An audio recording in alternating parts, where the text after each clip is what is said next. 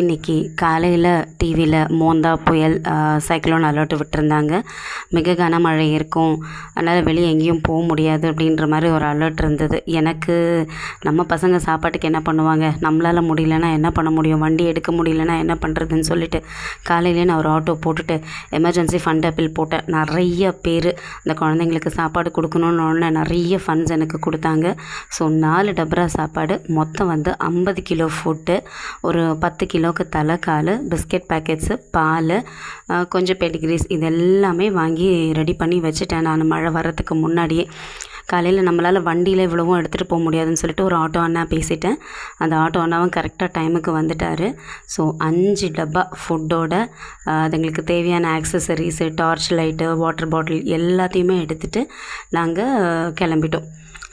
முதல்ல as usual எங்கள் ரிங்குக்கு தான் போகலான்னு இருந்தோம். ஏன்னா அங்கே தான் குட்டிகள் நிறைய இருக்குது. பெரிய நாய்களாவது கொஞ்சம் பசி தாங்கும், அதுங்க உடம்புல கொஞ்சம் இருக்குது. இந்த சின்ன குட்டிங்கெல்லாம் பச்சை குழந்தைங்களாச்சு என்ன பண்ணுன்னு சொல்லிட்டு ஃபஸ்ட்டு ரிங்கில் தான் போய் பார்த்தோம். ஆஸ் யூஷுவல் இந்த பழைய வீடியோவில் இருக்கிற மாதிரி எந்த குழந்தைங்களுமே நனையாமல் ரொம்ப சேஃபாக இருந்தாங்க. விக்னேஷ், வெங்கட் சார் இவங்கெல்லாம் இந்த தார்பாய் இவங்கெல்லாம் எடுத்துகிட்டு வந்து, அப்புறம் அந்த அட்டை கட்டை எல்லாத்தையும் எடுத்துகிட்டு வந்து போட்டு நனையாமல் வச்சுருந்தாங்க.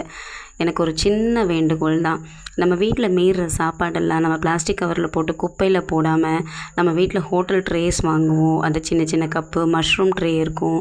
இந்த ட்ரேலெல்லாம் அந்த சாப்பாடை போட்டு கொஞ்சம் மேலவோ இல்லை வாசல்லையோ வச்சுட்டிங்கன்னா இந்த மழை நேரத்தில் காக்கா, குருவி சாப்பிட்டு போகும். ஒன்று வேணாம், ஒரு கைப்பிடி பச்சை அரிசியை வச்சிங்கன்னா கூட போதும், கிளி, குருவி, புறா எல்லாம் வந்து சாப்பிட்டு போகும்.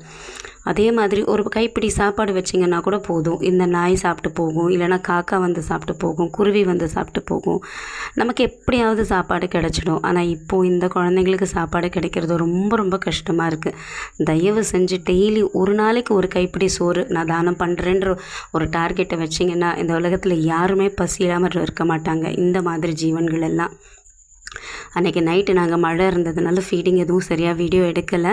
ஆனால் எல்லா குழந்தைங்களுக்கும் கிட்டத்தட்ட ஒரு 400 குழந்தைங்களுக்கு மேலே சாப்பாடு போட்டோம். இந்த சாப்பாடு போடுறதுக்கு உதவியாக இருந்த டோனர்ஸ் எல்லாருக்கும் பெரிய நன்றி.